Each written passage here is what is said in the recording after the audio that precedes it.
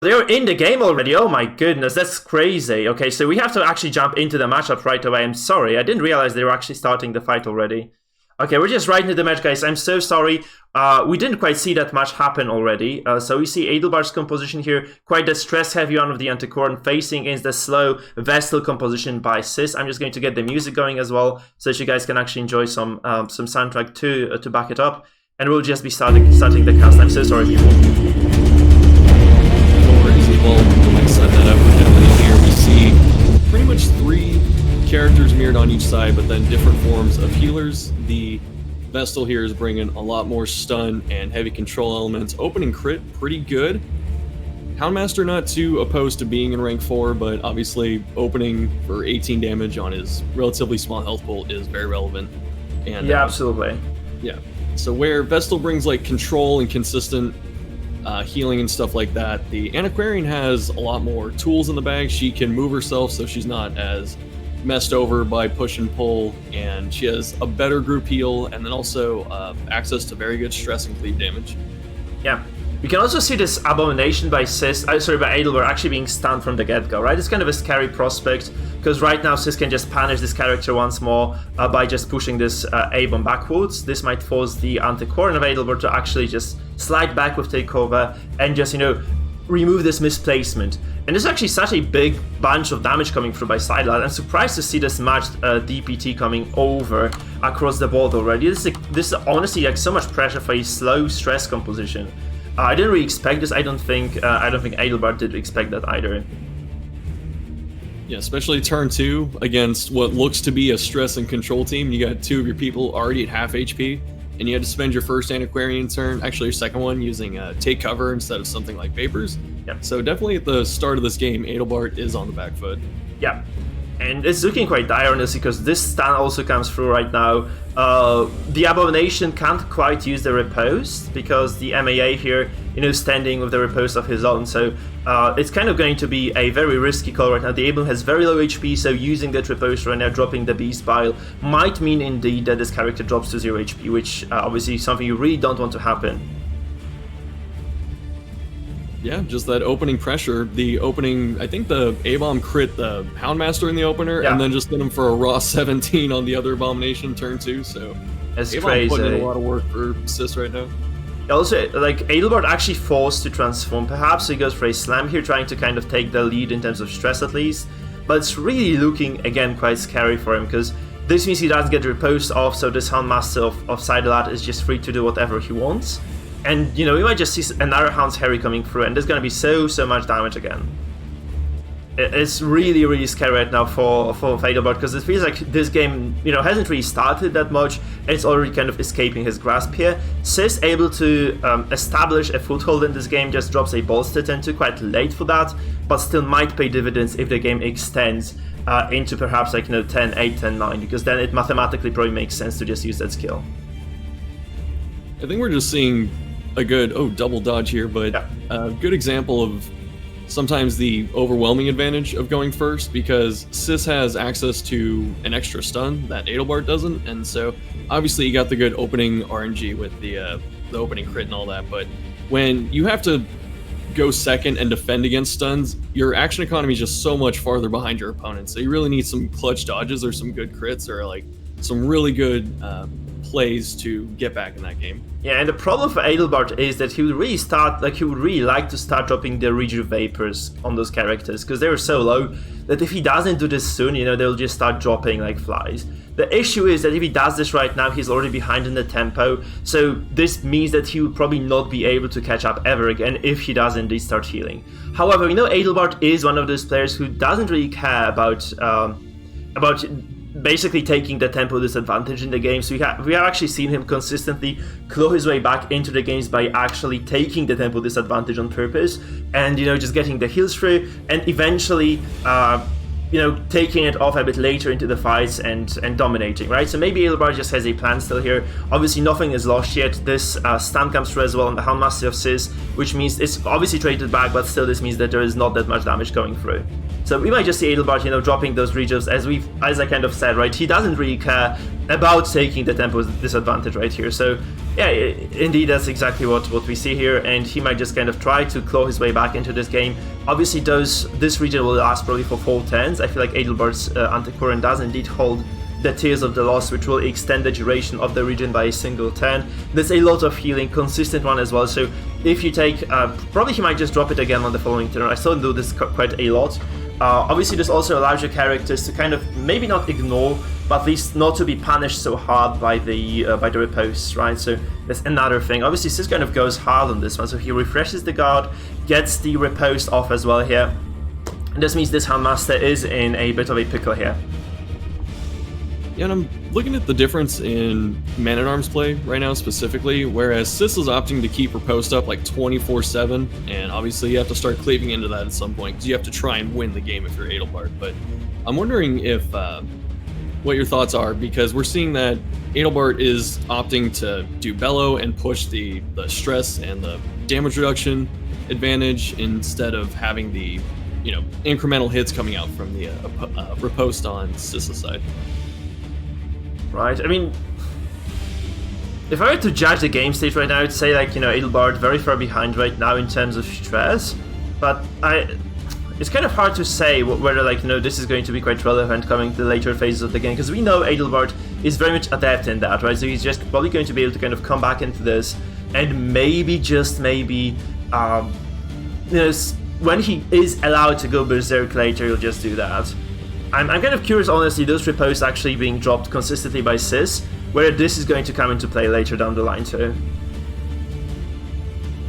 Where, this is not really going to punish him, because there is quite a lot of bellow stacking, right, happening right now on the side of Adelbart. So he's actually kind of equalizing the stress as well. There's obviously a lot of damage that has gone down on Adelbart's composition, but this is still not that terrible. Obviously, double stuns coming down right now most likely are going to bite Adelbart on the back right now, because he probably will just lose those 2 turns. He has no way to remove those stuns, so you just have to wait it out. Maybe get the regions off, obviously. Minus 60% debuff to damage across the board for Sidelad right now is quite decent, so this Abomination not so scary anymore. And maybe, just maybe, Adelbart has indeed found some sort of a, a foothold of his own as well in this game. We do see exactly. Also those flash powders coming down across the board, like consistently Adelbart has been using this skill throughout the tournament. What do you make of that?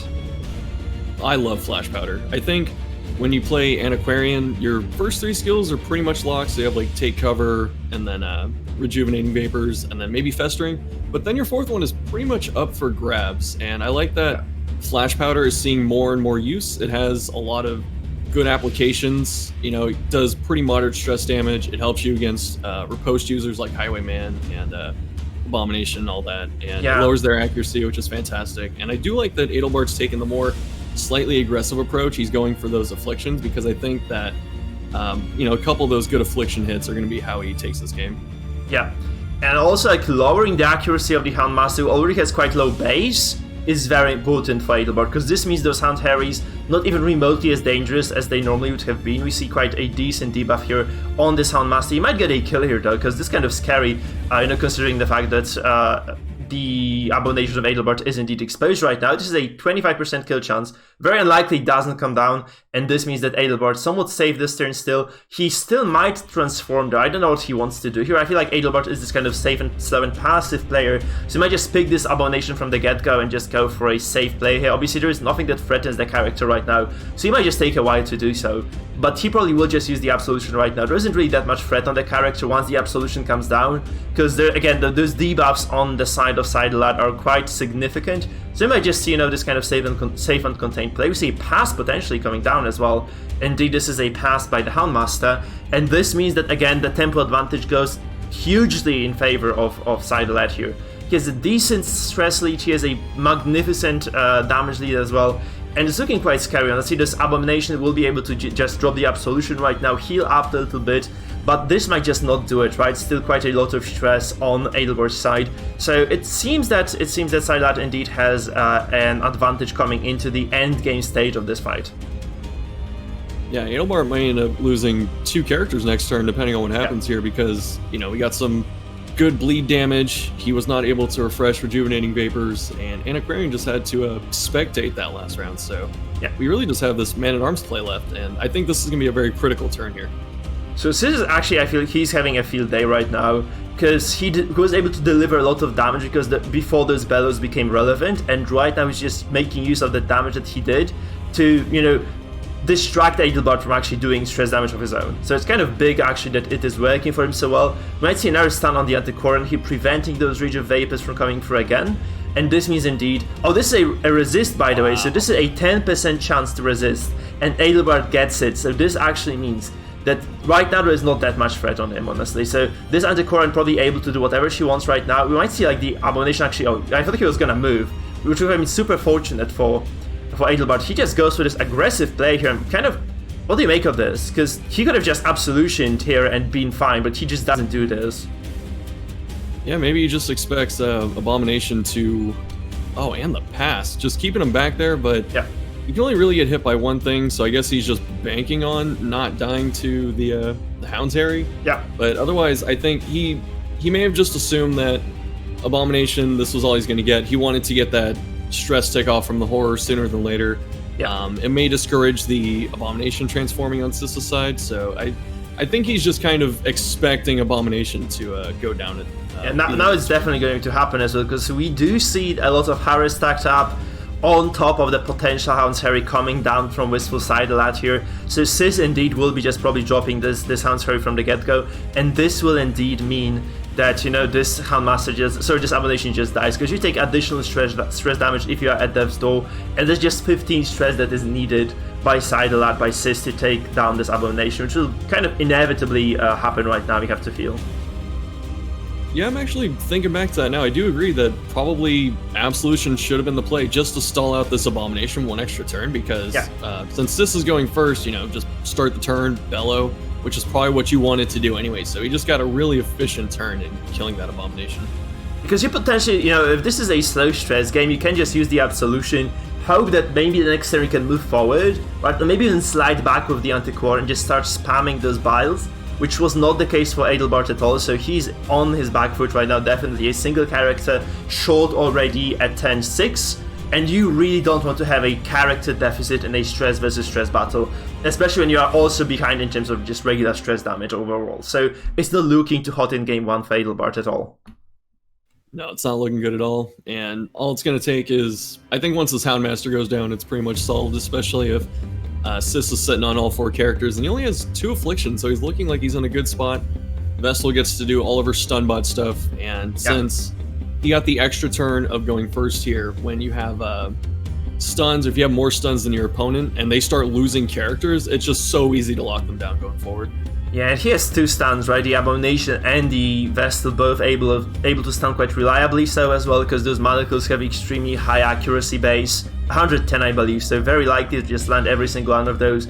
Obviously low stun resistance on this Antiquarian makes it like a primary target for this Abomination potentially, so that's probably what we will see happen right now. Adelbart will just be targeted down with stuns, with a lot of DOTs, and you know, this Houndmaster again locked down, and probably is just going to die in this very first fight of the day. It's very likely it just drops dead right now. Actually, we see another stun come down. And you know, this Antiquarian right now not doing too hot at all. I'm really not sure what the correct play from Adelbart is right now. He probably is just done, right? Because this Houndmaster... Oh, I thought he was gonna die, but he activates and doesn't die in like right now, which is kind of fortunate. One stress away. Yeah, a single digit stress point away. So he's just gonna go for this heroic Hound's Harry.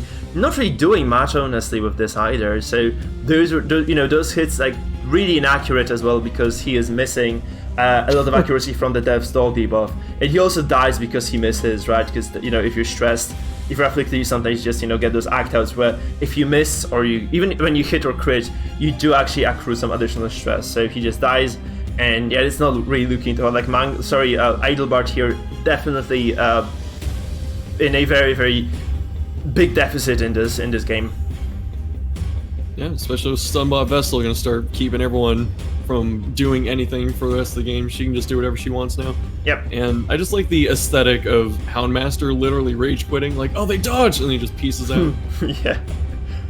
It's kind of sad looking at this doggo there, sitting by the body of his master right now. That's a sad doggo and that's a sad Adelbart. I feel like they're both quite not too happy about this game, because as I said, I felt like this particular matchup where you do have the Abomination, a lot of DOTs as well on the side of Adelbart, you probably should be taking over those slower stress cons, because I feel like Adelbart should be the one actually doing damage there, not Sidelad, which is indeed not the case here, and it really feels just kind of scary right now. Because if he was supposed to, in my eyes and in my mind, he was supposed to take over this game here, like how does he do with a matchup that isn't in his favor? Because I feel this one was kind of in his favor. He's obviously able to land those big riposts, big chunks of damage as well. So yeah, it just kind of feels scary right now for him. But obviously he's actually going to be able to reuse this composition again later. So he might just see it used, somewhere in match number 2, match number 3 perhaps. Again, to similar effect, but it's not going to face this one here because CEST is definitely going to take this one, and this means that he's no longer going to be able to use this control stress comp that we see right now.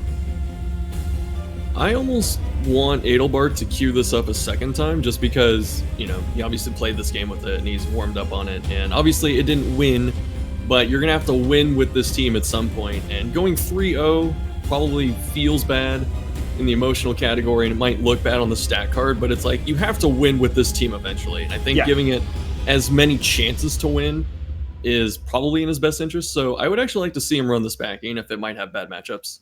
Yep. Absolutely, because I feel like this is the comfort team for Adelbart right now.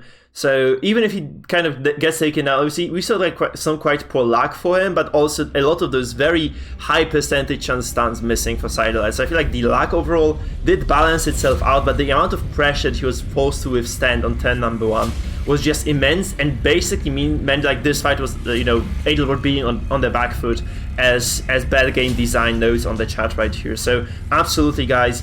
Adelbart probably starting with a deficit right here. We'll probably see him coming back in series number 2 though. We're just kind of waiting here for the MAA to gracefully die. I feel that's all there is left here. That's just veteran going down. But yeah, how many turns did CEST go first? Was it 5 or 6? He went first for like, obviously you have to lose a character and stuff like that, then the order switches, but just going consistently first for that long of a time, you just keep extending your advantage. Yeah. So going first and last works like this: if your character is the last character to finish a turn, your opponent starts. Right, so that there is this continuity between like turns being switched around. So if, for instance, Adelbart's MAA was to finish the turn, then Sidelad was to go first on the following up. And that's exactly how the mechanic works. But the deal here is obviously that is obviously the tempo advantage going in favor of Sidelad. Just he was never able to, so kind of he stepped on the gas pedal and never slowed down, and this game just collapsed as a result. Right, this was just a smooth, clean game by CEST. Really didn't feel like Adelbart was going to take any sort of advantage there. We saw like some attempts, obviously, like we saw this game kind of equalizing at some point, but Adelbart just being forced to continuously heal, kind of forced his hand there, right? It just forced his hand to this game state that we are seeing right now. So this MAA not gonna be long for this one. You have to feel probably Sidelad will just take down the MAA right away, and this will be it for the game number 1. Probably Abomination could have been better off just doing damage first and then dropping the Bellow to just stress the MAA out to 0. There's like 0 way, like there's 0% chance for Adelbart to come back into this, honestly.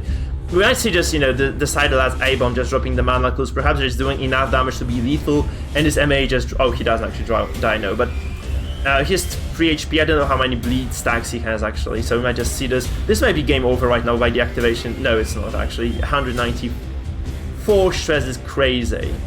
Still, this guy is alive, but probably not for much longer. By the way, you do see the numbing incense on this MAA, which means, he was carrying quite a decent, hefty bunch of stress resistance here, so something that you really have to take into consideration. So Adelbart kind of read into, him going against stress, but he kind of underestimated how much damage CEST's composition is capable of dealing. So we are going to finish this series number 1 with Adelbart being quite decisively taken down here, honestly. And this is looking quite scary because, like as I said, I felt like this was Adelbart's game to lose in terms of team compositions. So if Sis is indeed able to claw his way through this game alone, being at a compositional disadvantage, you really have to feel like the following games might not be that much different from this one. Yeah, especially if he goes first and that kind of stuff. I was looking at the teams he had left, and I'm wondering if you're Sis, what do you queue into this? Do you queue your Arbalest or do you queue something else? Well, the Arbalest comp is very remarkably similar to the Crit Happens, to that Halo comp, right? So I feel like this might be a comp that Sis might be able to take over another game with, especially playing against Stress, because this one plays very fast. It's like a lot of damage, a lot of bleeds, a lot of just direct damage from the Arbalest and the BH and the Jester's Finale as well. So I feel like if you go into game 2 and Adelbart doesn't take his own mark composition alongside this, and Sis does indeed go for this high damage comp, like with the Tainted Devotion one, right? This might be very scary, honestly. This might be just very, very scary for both players. So especially especially for Adelbart, because he might just end up going 0-2 in the series if indeed Sis goes for his damage comp and Adelbart doesn't go for his own damage comp. Because I really don't feel that either of those stress DOT comps by Adelbart can handle the amount of pressure that this comp by Sis brings to the table, honestly. This is part of the, I think, player metagame right here, because you can pick the team that has like the best statistical chance to win, which, you always have to get those W's, but there's something about putting your opponent down 0-2 and just making them have to realize that every single game is their tournament life. And I think that you can put in the real life mental stress on the opponent by doing something like that. So I'm really curious what Sis ends up taking. Yeah, nobody likes reverse sweeps, I feel. There are even regular esports, right? A lot of teams just very rarely do they actually come back from those. And this is not even a team game where you have teammates who support you and tell you, it's okay, we still got this. This is 1v1. You have yourself actually just playing against your opponent, and you are just kind of blaming yourself for every single mistake. So this actually, this kind of, I think if you look at the MOBAs, for instance, where you have 4 other teammates, those comebacks do actually happen. When you look at 1v1 games, when you kind of have a look at, for instance, StarCraft 2, for instance, right? It's kind of unlikely or quite rare to actually see people reverse sweeping. So if you are indeed behind in the series on the match point, you most likely just lose the series from the get-go, just because of the amount of them just internal pressure really you're experiencing. Also, the fact that you're being watched by a very large audience. Here we have only 40 people right now on the chat, obviously, but this might change as the tournament progresses. So it feels like this is indeed going to be another point of pressure right now for Sis. Yeah, going into game 2, I really thought that he was going to take the one-off Halo comp, but it looks like we are in fact taking the other stress team, and I'm glad that Adelbart chose to run it back, so he may be thinking I can play better this time. But in fact, Sis does go first and opens with another crit. This is looking very reminiscent of game 1. A lot of damage coming down. Obviously, this crit doesn't quite hurt as much as the Abomination Rage, which did 30 damage from the get-go. So not even remotely as scary, but still. By the way, Adelbart still has a very decent read on the game. So we can see Adelbart actually going again for the Incense here, so he doesn't change. He believes that, Sis took one game of stress, probably will go for another. So those little mitigations of stress damage on Adelbart's team might actually come into fruition this game. So it looks like, obviously, this series, again, might be just quite a close series, apparently. So we shall see how exactly this pans out. Obviously, if you are playing Stress, actually going first isn't that good for you, because your characters inherently have relatively low accuracy. So we might see just Discount Master by Adelbart missing a few of those shots, whereas you get this bonus dodge if you're Adelbart here, so he might just be okay. You also just Bolster right now, so this additional bonus to dodge. And we might just see this kind of biting sidelight on the ass, because he doesn't get this heavy damage yet. We might just see it come down now, though, so it's kind of still on the cards, but hopefully there's not another crit with the Rage here, because this will be just outrageous, right? We see 17 damage come down, obviously quite a decent bundle of DPT coming down here from Sis, but still you feel like this is just not enough, right? It's definitely something you can stabilize from if you're Adelbart. Obviously, though, being denied the first turn with this Abomination, not being able to even transform, is quite a scary prospect. Well, this time Antiquarian doesn't have to spend her first turn backing up, and I'm surprised he goes for the Flash Powder over the Vapors to set up, but I guess, especially with Houndmaster's turn coming, but the Flash Powder still trying to discourage some stuff. Double dodge, looking good. Not terrible. Much better spot. By the way, this was resisted debuff, right? If this debuff had not been resisted here by Sis, you feel like this would be like a quadruple miss, even, or maybe Sis kind of forced to reconsider as to what he really wants to do with this character, right? Because he might have just, gone for something else, something more accurate, because you really had like very, very low hit chance with that ability otherwise. Honestly, like, this is 0 HP Abomination, and again, Sis is playing this so aggressively. I'm kind of surprised again, like, you can look like, okay, not surprised, because you cannot guard this character at all, right? Adelbart not able to drop the guard at all, and this means that this Abomination is in a lot of trouble right now. Because, the Abomination of Sis might just always break the guard with the slam, so never ever going to work.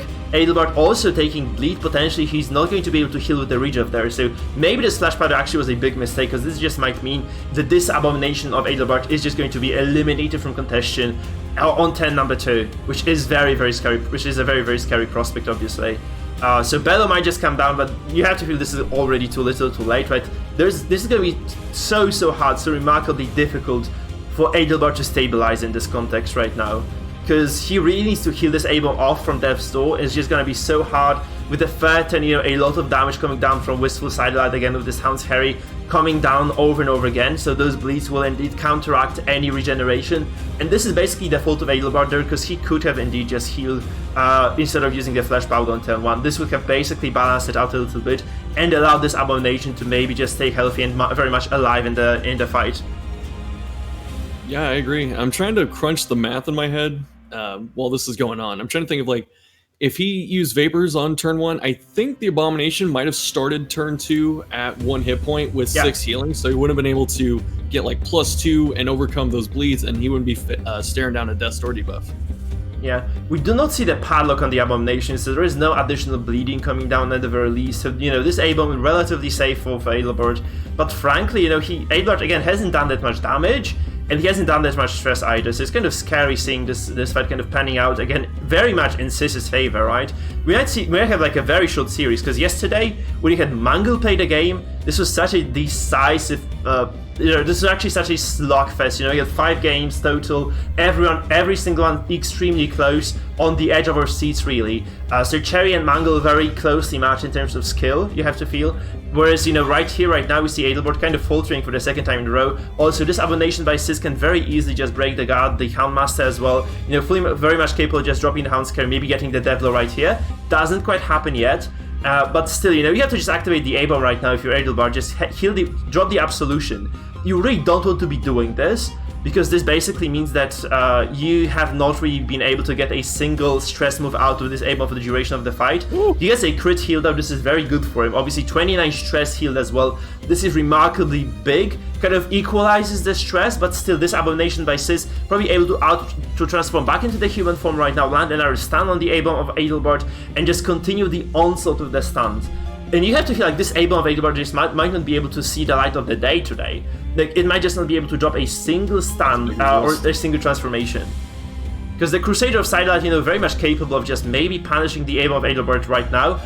We actually saw this very nicely countered by Mangle yesterday, where Mangle was just actually dealing with the Crusader, allowing those lances to come through, but consistently pushing the Crusader out. So this meant the Crusader could no longer control, there was no Zeus Accusation on the table, there was no Lance on the table either.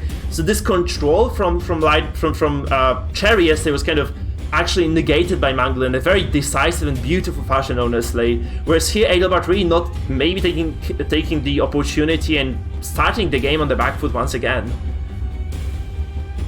The guard with the Houndmaster, I thought that was an interesting play, and I don't mean interesting in like a negative bad context. Like, I'm looking at it, obviously, it forces the Abomination to slam in order to open him up, but also the buffs that the Houndmaster gets.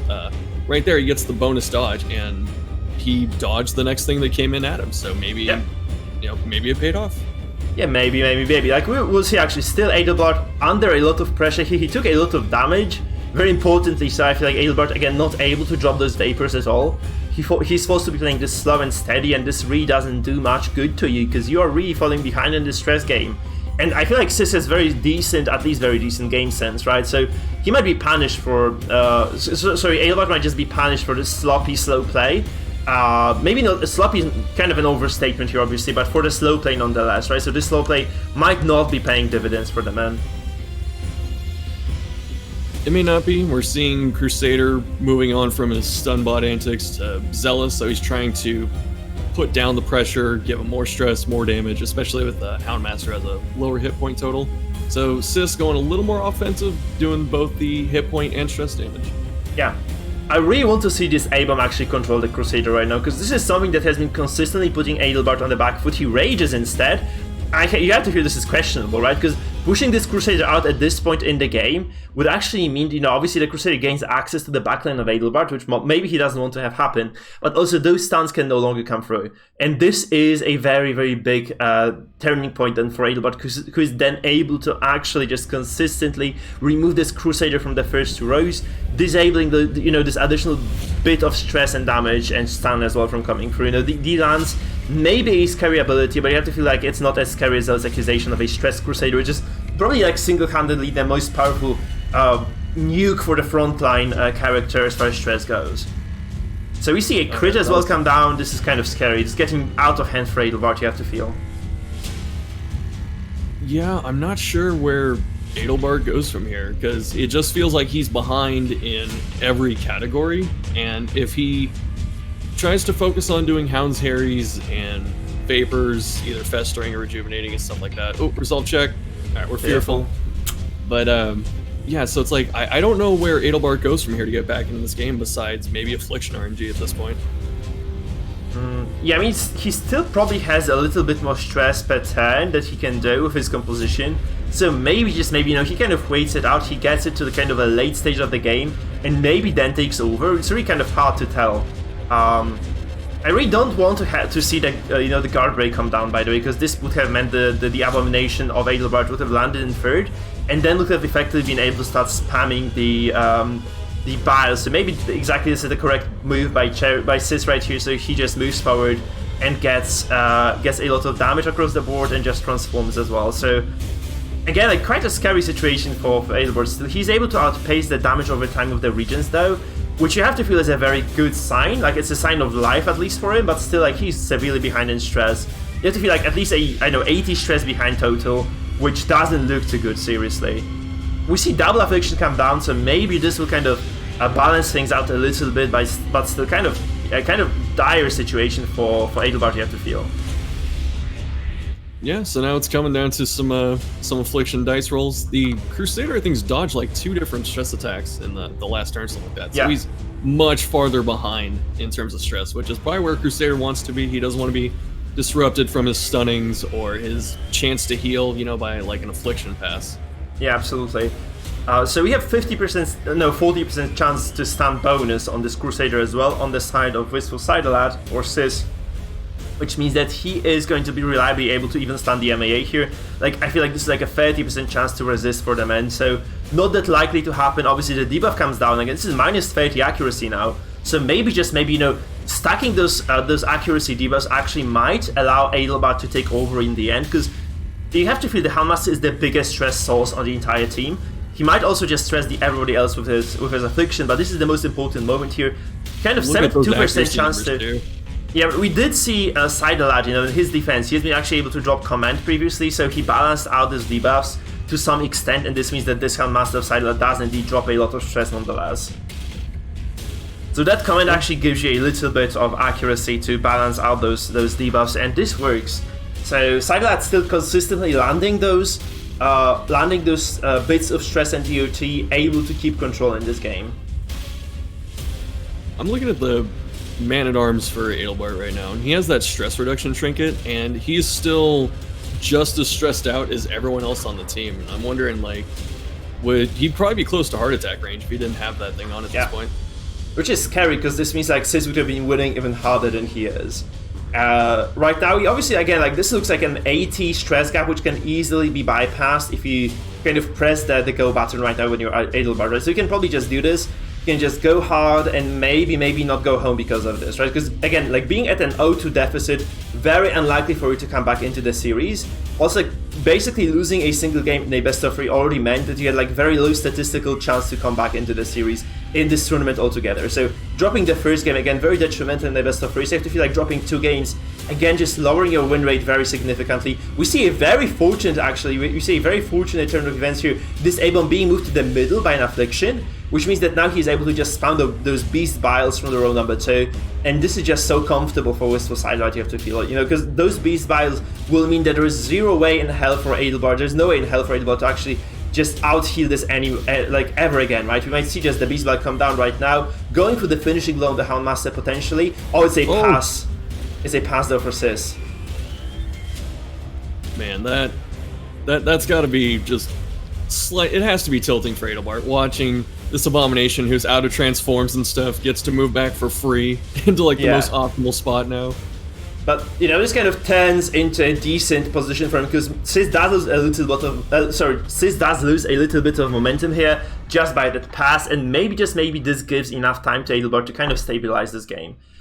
Still, he really needs to stabilize. Like, he needs to come out even, or at least come to the position at which he can contest the victory in this fight. So he's still quite far away. Obviously, we have seen crazier comebacks than this one in this tournament, so this would not be too surprising to see, you know, Adelbart just take it home. Still, he's kind of very much bent on dropping those accuracy debuffs on the Houndmaster, though. You have to remember, though, for Sidela, those can be removed by the Crusaders. If you really wanted to do so, you could just use the Rally to Flame to basically remove all those debuff stacks, but he just doesn't want to be doing this. I feel he values the stuns more than anything else, and this indeed means that, you know, for Adelbart, this is just looking, this is just going from bad to worse, really, because yeah, he doesn't care about those debuffs. He's just able to consistently counteract them using the command from the MAA, and this just means that there is very little really that Adelbart is doing using those flash powders.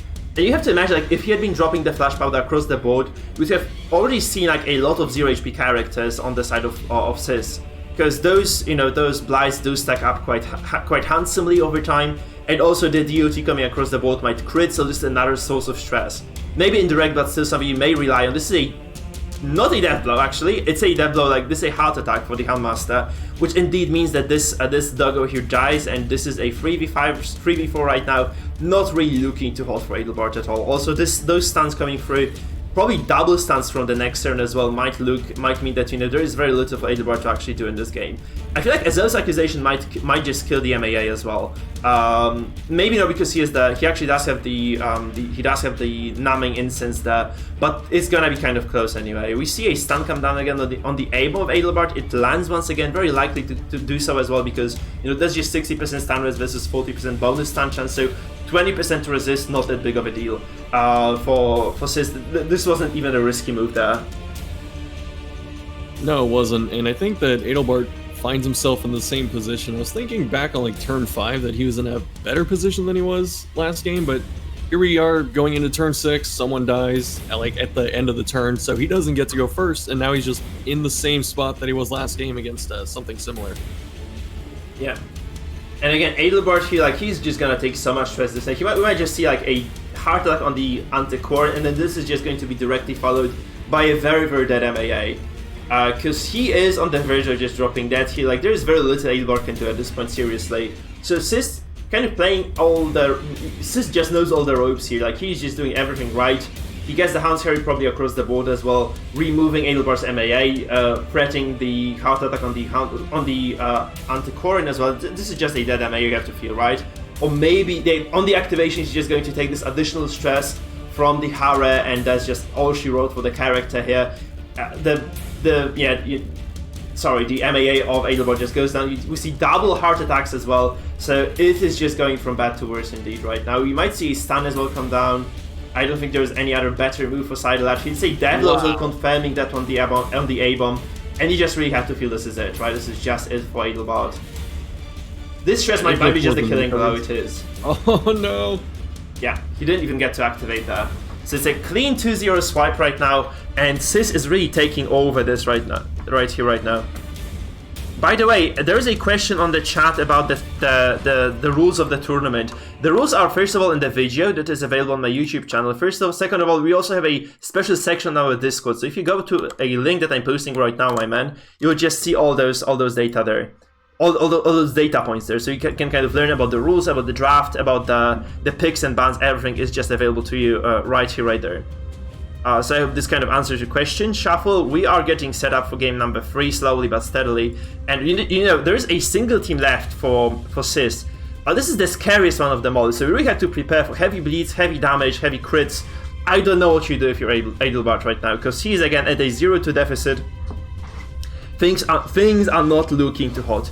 Guys, by the way, I'd like to take this moment to kind of advertise 2 things. First of all, we have Shuffle FM here with us, who's kind of a very big YouTuber. He does a lot of content on the Butcher Circus and also specifically on Darkest Dungeon Classic mode. So he's a very decent run right now with the modded characters in the Classic DD. Very much worth checking out, guys. I'm just going to drop the link on the chat. It's really pleasant to watch him. You hear his voice, right? It's just so pleasant just listening to the man, and watching him play is just pure pleasure. Now, moving on, I also have a YouTube channel of my own. I have a Twitch channel of my own, guys.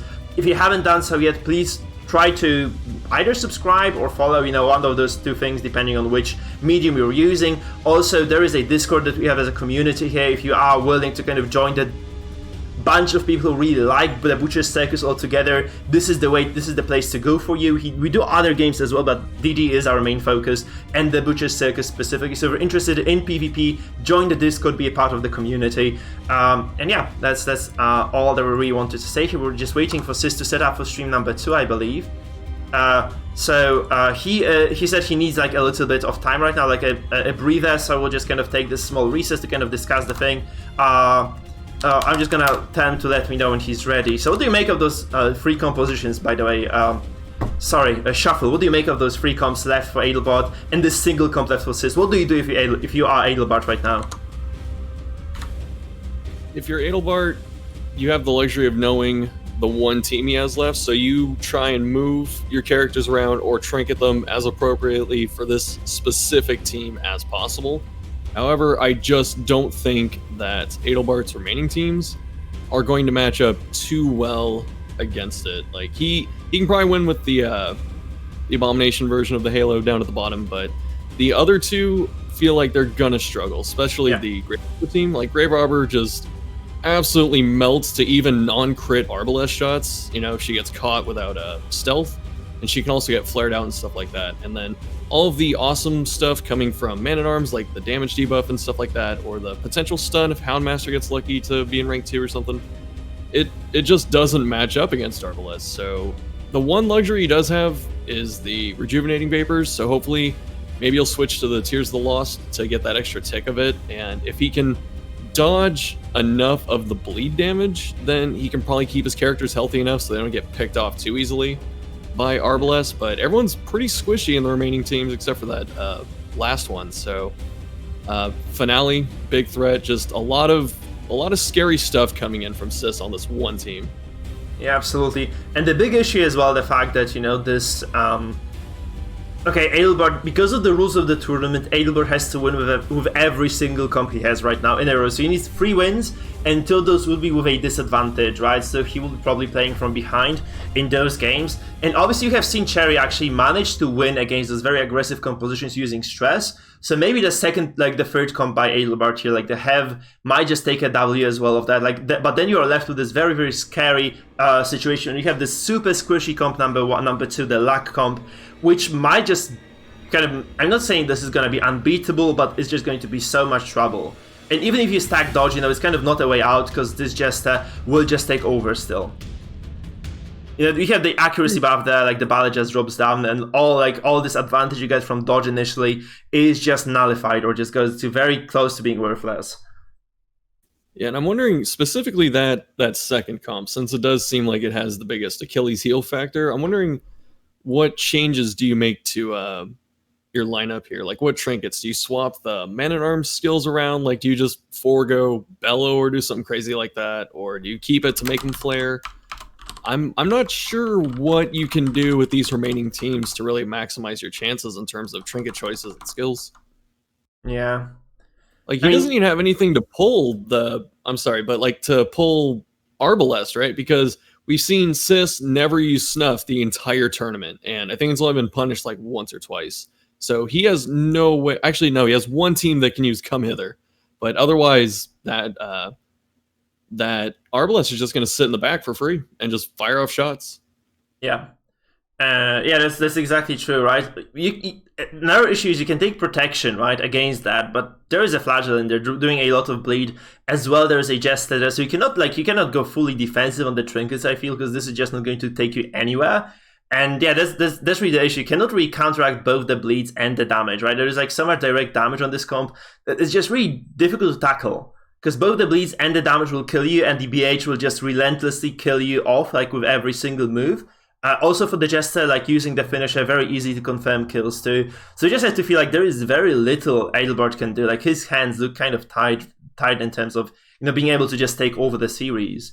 Right now, he needs to win every single match going from here until the end of the matchup here between him and Sis, and it's just looking maybe not unlikely, but it's just looking quite brutal overall. Like this just feels like he might, it really. I kind of wonder if he has enough to, if he has what it takes to just maybe stay composed and take it back.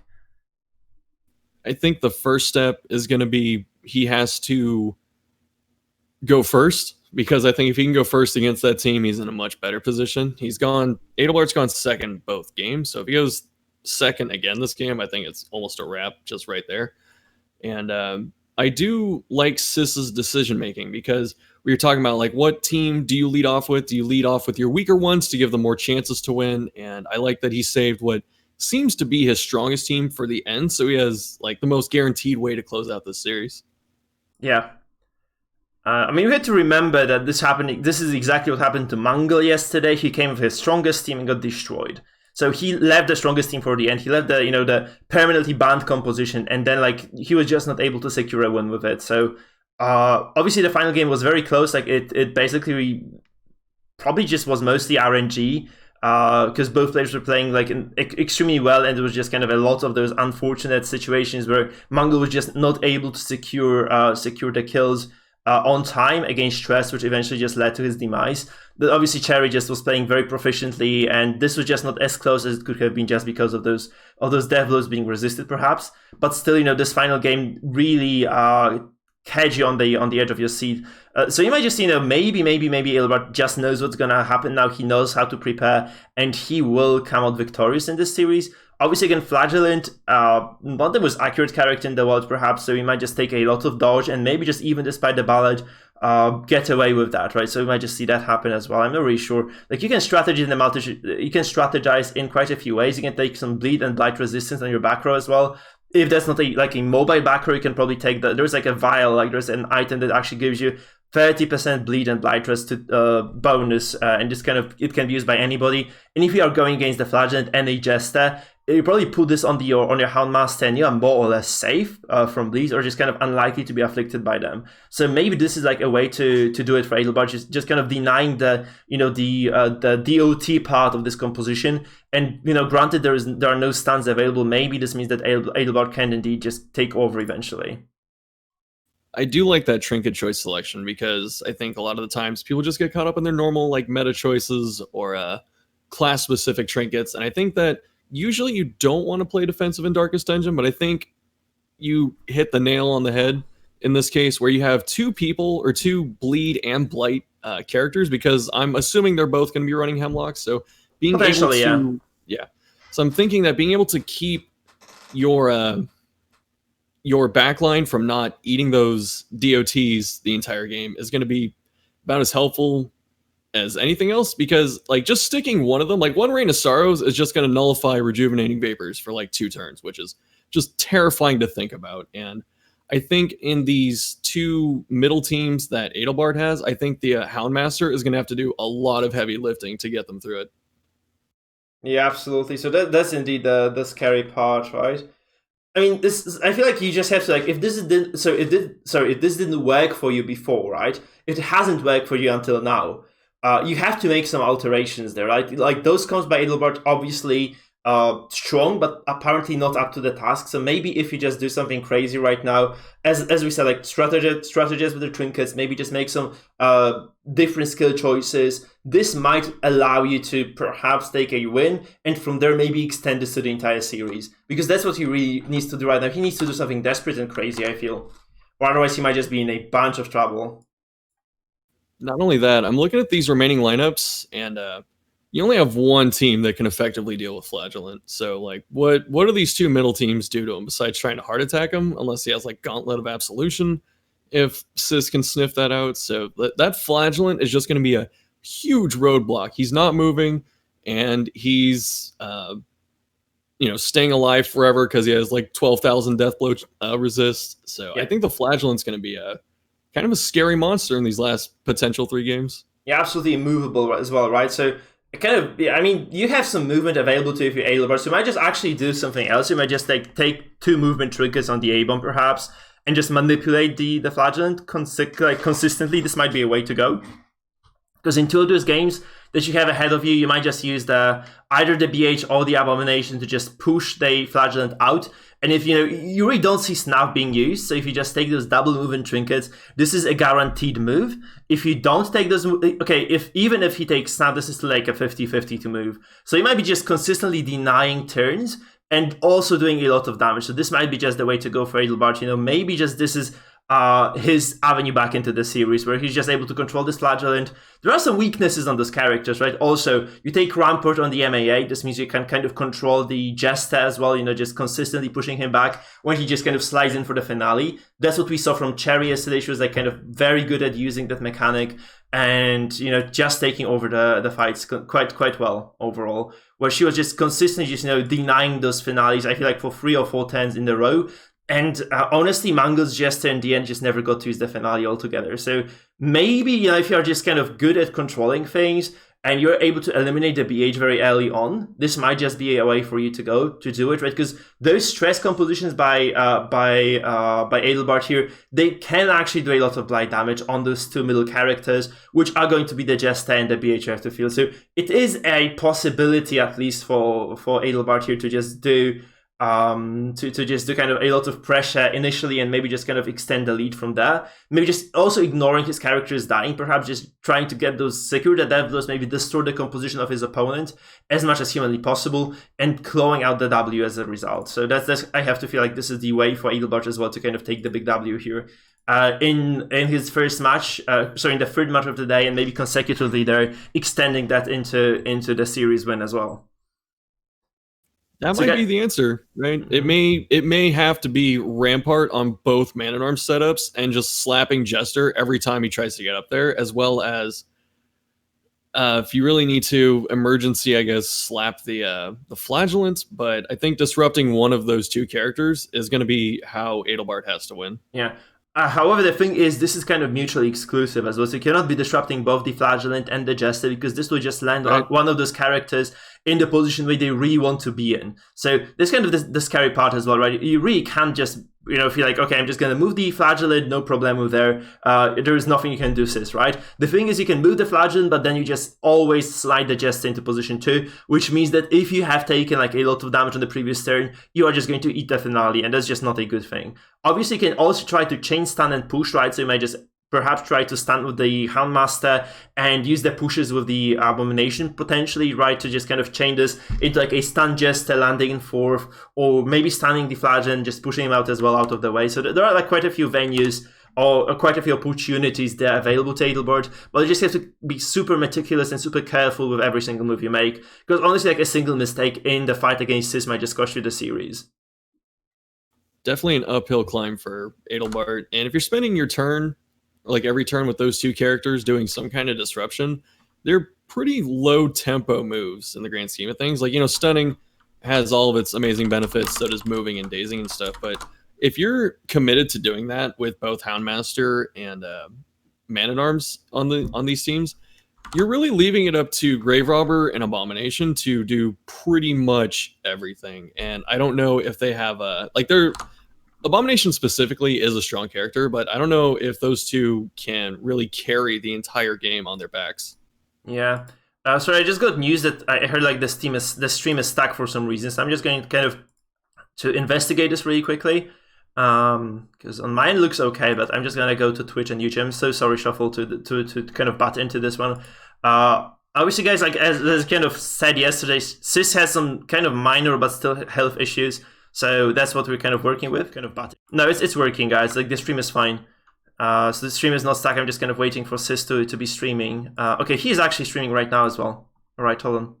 Oh, they're in the fight already. What the hell? They didn't tell us. They're on turn 2. This Jester's dead. What happened? What the hell? They didn't tell me. Like I was just waiting for CEST to start playing, and he just went into the fight. Not only that, like I was sitting here in Discord with you, Mike, and I had the whole stream thing wasn't up. on. The stream wasn't on. He just started stream was streaming not now. up for CEST. I'm so sorry, guys. This is just kind of what we're dealing with sometimes. I feel like I'm just gonna launch it right now, obviously. But yeah.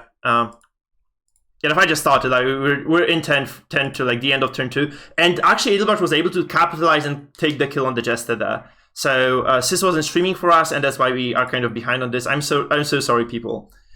So we're kind of biding our time. They're trying to buy CEST some time to kind of get better, and he just never switched on the stream, I think. So that's exactly what I'm so sorry, but yeah, we're just back right now. So what happened there? CEST said like he really messed up as well. Like he messaged me right now telling me to kind of relay this to the RS. He just got like a very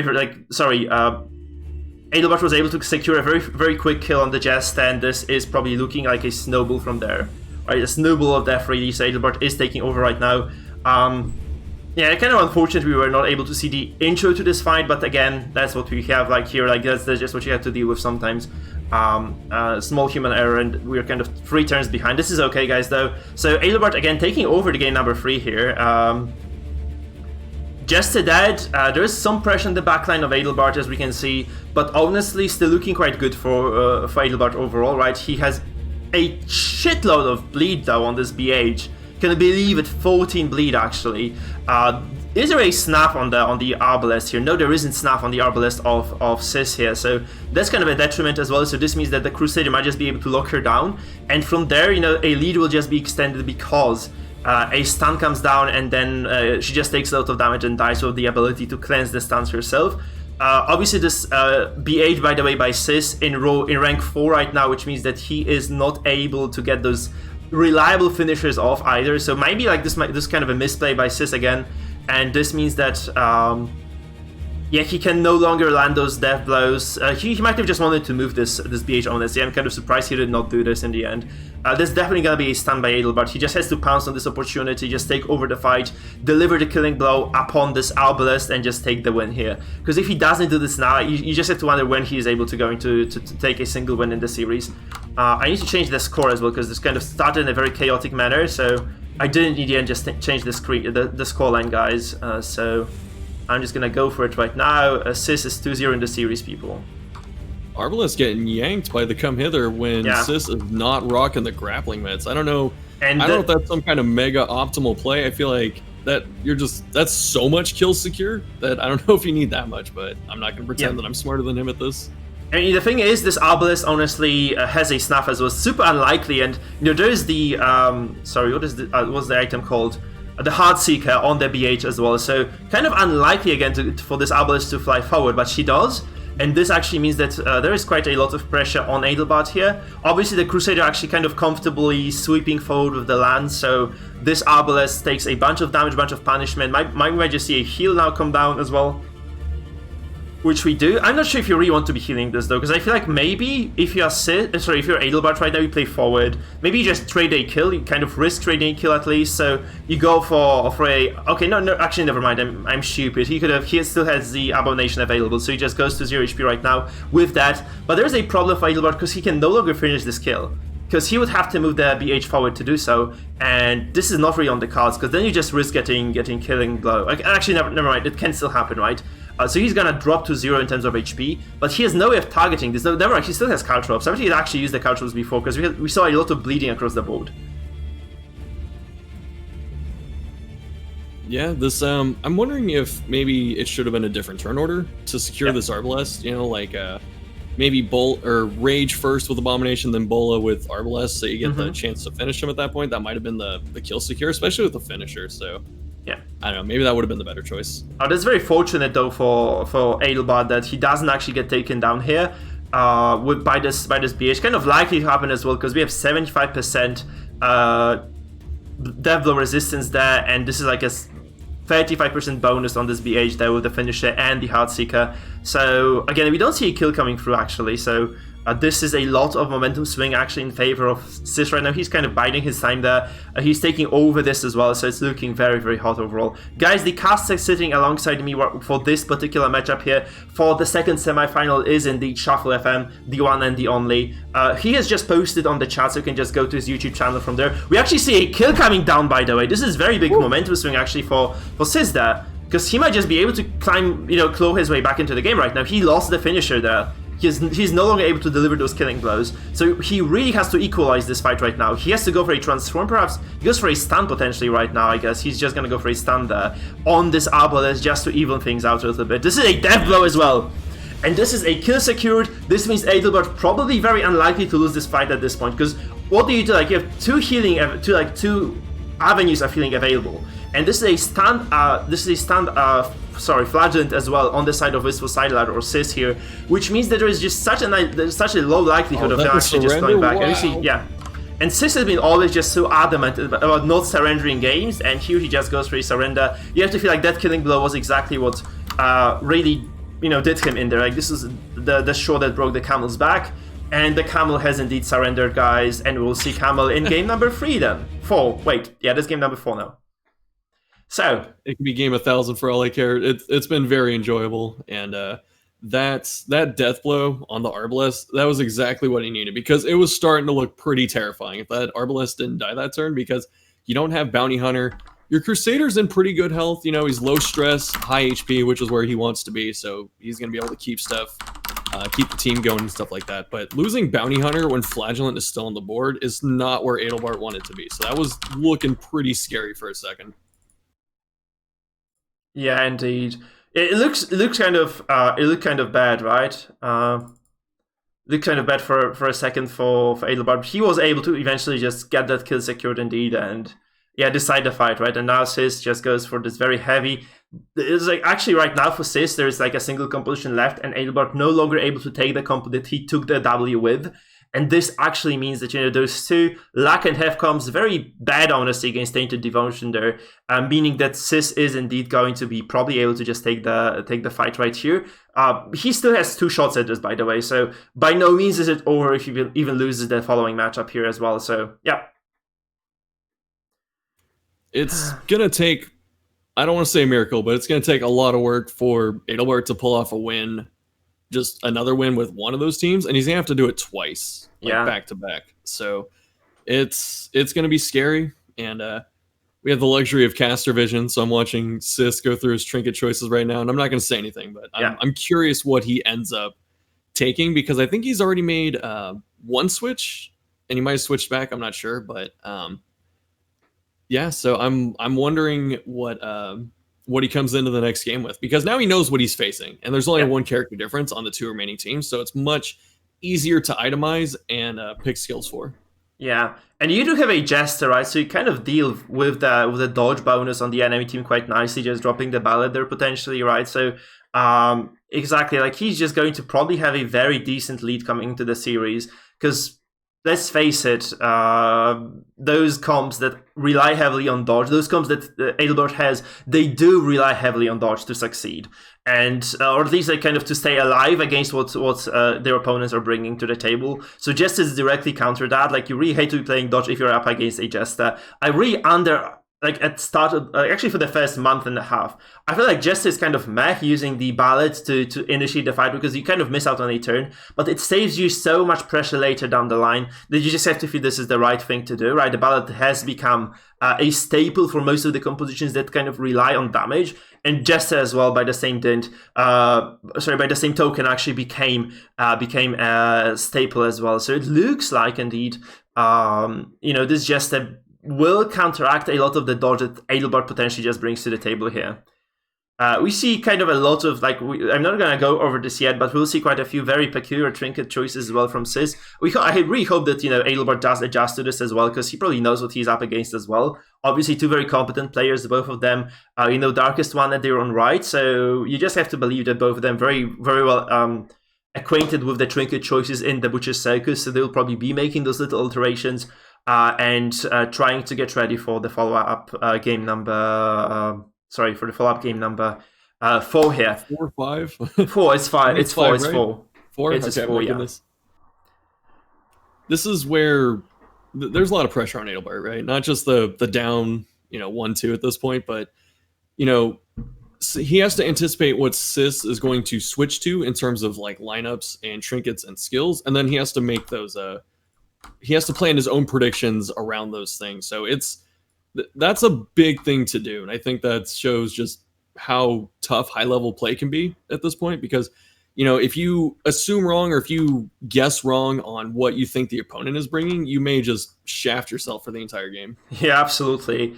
And we might just see this, right? If you kind of underestimate something, or maybe just overdo it as well, because you can overdo the trinket choices easily, right? Absolutely. You may just kind of almost just invalidate your composition by just taking too many defensive trinkets, where a lot of those high damage characters, especially like those stress damage dealers, rely on a lot of different mechanics to succeed. So that's the scary bit here. I feel like we're ready to come into game number 4 right now. So we're just kind of loading into this slowly. The players are getting ready, I believe, so we will indeed jump into this matchup very, very soon. This, again, match point for CEST for the second time in a row right now, and all he needs is a single-digit W right now to just take it home and to proceed to the finals against his very own girlfriend, Cherry, who is just waiting there viciously smiling, I believe, ready to just rot stop him 3-0, which I just expect to happen. That's my bet for the finals, guys. I know, what's that conversation like? If CEST does make it to the finals, then is it like, loser cooks dinner for a week? Something like that? Oh, God. Or does the dishes. I feel dishes are better. Worse. I mean, actually, I very much appreciate cooking, and I enjoy cooking as well, but doing the dishes is really the worst thing in the world, man. So I feel like I would just play for the dishes. And you really don't want to lose. Like, dishes for a week is a freaking nightmare, guys. I've been there, so I know that. All right, here we go. We see the aggressive start from CEST, putting the Jester in rank 2. That means he's looking for that early finale, probably on Houndmaster or Abomination. Yeah. Or the rare Antiquarian if she, like, slips up or something. Yeah, and we got the opening Blackjack. That's very good. Like, by Adelbart, this is such a solid play, but getting that stun down, removing the Jester from contention for the very first stand, that's very big, because he can no longer do any bleed damage. He loses a lot of pressure. Obviously, I feel like we saw CEST take the ballot first of all, and then actually go for a row 2 Jester. By the way, look at this. CEST plays his heads up. He moves the Abomination of Adelbart to row number 4. Oh, this is kind of counteracted though. That's kind of odd, actually. I really don't like doing this, but ow, this is the play. Look at this. He has the stealth ignore trinket. He goes for a grit. It goes through. Oh dear lord, this is so good for CEST right now. There is no direct healing there. There is a Derek stab, there is a second shot available as well. He read this Antiquarian, he basically made her walk into this freaking trap. She wastes a move, doesn't accomplish anything by doing so, and right now you have to feel she's just dead to rights. She could be, especially that Rain of Sorrows. Oh, it misses as well. Yeah. This is such a... going second. Yeah, but this is such a big brain play by CEST. Seriously, just taking this ignore self trinket, targeting down the Antiquarian. That's such a great read. Oh, no. This is a death blow as well. Oh my god, this is over, man. This is over 10-2. Can you believe this? CEST just takes over this game with a very brilliant strategic choice. The trinkets all just line up perfectly. He outplays Adelbart in this character selection, in the trinket selection, the setup. He just does everything correctly. He based the stun as well on the Jester. He wasn't really going to use that character at all, I think. He just does everything right. And this is looking so scary for Adelbart right now. What do you do? I have no idea. I think you just say GG opponent, because I'm looking... I don't know how big brain CEST is. I know CEST is Galaxy Brain, but was the rank 2 Jester just bait? I'm thinking Adelbart may never have just moused over the Arbalest and knew about the stealth trinket. Yeah. Like, I wouldn't be surprised, because he just walked into it. Yeah, absolutely. Oh my god, this is so scary. This is so scary for Adelbart right now. The stun doesn't come through as well, so it's just very much free to do whatever he wants. So imagine, I feel like we might just see a finale as well come down right now. We might just see like a mark for death into an arbalest shot into just a straight up kill. It feels super bad right now. Oh, it's looking terrible. By the way, there is a death blow as well, right? The death blow resistance on this antiquarian quite high. Look like a very low percentage chance to kill, alright? Because this is like 25% or 30% chance death blow, I think 30% death blow resistance that the take cover gives you. So obviously this antiquarian dying from the flagellant, out of all people, very unlikely of an occurrence. Which did come through anyway, so you just have to feel kind of bad for the antiquarian lady there. Not really getting too much of a lifespan in this series at all. Obviously, we would have probably seen caltrops come down the following turn, and this would have been probably the end of the Antiquarian anyway. But this just kind of, removes a single 10 of opportunity from Adelbart altogether. So very scary spot right now. Feels like Adelbart is just kind of going to slowly bleed out at this point. He doesn't have enough stress to deal with what CEST has, and CEST still has the finale available. CEST has like the deck sub, CEST has double protection ignore as well, right? So there are quite a few tools that you can just use to bypass guard or just deal with guard with one way or another, and this just kind of leaves Adelbart empty-handed in this fight. I feel like there's very little you can do. Yeah, if we were seeing this situation, dead Antiquarian on like turn 6 when 3 people are afflicted, I go, well, Adelbart might be able to pull it out. I don't know. Oh, the big crits too. Yeah. But with Jester locked and loaded with Finale, Houndmaster just chilling at 0 hit points with no active healing, even if you lick wounds, that doesn't seem like a great play. No. It's just looking bad. It's looking bad for Adelbart. Yeah, to say the least, it's looking bad, right? To be absolutely honest with you, it's just looking so dire. Bad is just kind of a big understatement at this point. Seriously, look at this. Yeah. Like, he's just getting shredded to pieces in multiple avenues, and there's like so little he can do. Also, by the way, okay, this days will actually come down now, so maybe I kind of a slight 10 all the misplay here. I feel like Sis just wanted to drop those bleeds across the board right first before going for the BH. But the Daze character, again, finish him does give you 30% bonus damage against that, so maybe an opportunity. Another miss on the Jester, by the way. This is like the second time in the road this actually doesn't come through. It just looks super bad right now, because you might just get a finish him on this A-bomb, like 10 damage, and this is just a free finale on the character. This is just game over. Like, you just have to feel Adelbart just kind of outmatched in this one, especially like on turn 1. This trinket choice by Sis really giving him such a huge advantage into this fight. Like, he really took Adelbart by surprise by just choosing the right trinkets. And it just feels like he just bought himself the way to the finals, right? Obviously, Adelbart able to take a single game in the series. It wasn't completely hopeless for the man, but still right now it's looking super bad. Well, we were talking about that before the game. We were saying that one trinket choice may actually throw the game in someone's favor, and it looks like just putting the very rare occurrence of the anti-stealth trinket on Arbalest was that was it. It's like, yeah, you have Arbalest and she can flare you out of stealth, sure, but what if she just shot you in stealth? That might be better. Yeah, there's again, like, there are so many bad things that can happen to you. Like, shooting in stealth is even worse because you just lose HP as well. Flare just doesn't do any damage. But this is such a scary moment right now for Adelbart, right? Because this was a scary moment. Like, I felt like he didn't notice that, and he just kind of took that took that leap to the backline, just kind of praying he doesn't die from caltrops. And he didn't even get to caltrops. That's kind of again, like, this would have bought him some time at least. This Antiquarian maybe staying alive for at least a single round or something. Maybe, just maybe, would have bought him enough time to do some stress at least, because Adelbart has in his defense, he has done a lot of stress damage. Sis might just be forced to flare just right now to just cleanse the debuffs, because it's like minus 60% debuff damage. But this could have potentially been like way more overall damage if Adelbart was indeed left unattended. Right now, those afflictions come through eventually, but it's just I like to say this, but this is just too little too late. Like, it just looks basically unkillable of a composition for Sis right now. He has like 4 very healthy characters. 100 stress each, 100 stress a piece is not that big of a deal, honestly, for this comp. Yeah, that's just it. I feel like he's just going to take this home. Yeah, exactly. If, like I said, if this was 150 stress on turn 7 or something like that, then potentially, but it's too much of a deficit to come back from at this point. You got this very healthy flagellant sticking, exsanguinates on that Man-at-Arms, and that's just going to stack up to a ton of damage over a couple turns. Yeah, this is actually kind of making the call here to just go for the MAA, because he realizes that Even if he does damage the Houndmaster, he would just heal up back to normal HP and just drop another Hound's Harry, so he just wanted to maximize the damage output. Honestly, the only issue right now for Sis is that he has no direct stun, right? So you can no longer like control those characters of Adelbart, and if they are left unattended for too long, which I feel like might not be the case because this Houndmaster is basically dead to rights right now, I feel like a single sniper shot is what divides him from the life and the death.